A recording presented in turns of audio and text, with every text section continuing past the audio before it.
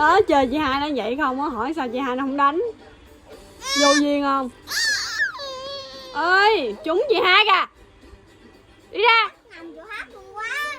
Người ta nằm ở đó cái rồi hả, sáp lại chu đít chu chân vô mặt người ta, đá vô mặt người ta không à. Chứ cha mẹ á.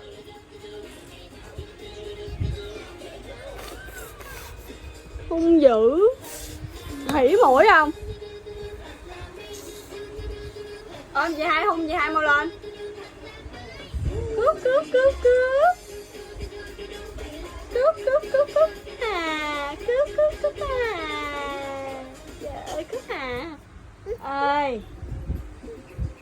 Nó sáp lại chị hai là nó nghiến răng, nó bặm môi. Đu giật Mỹ, nó đu giật Mỹ. Đá đít nó ra như nè.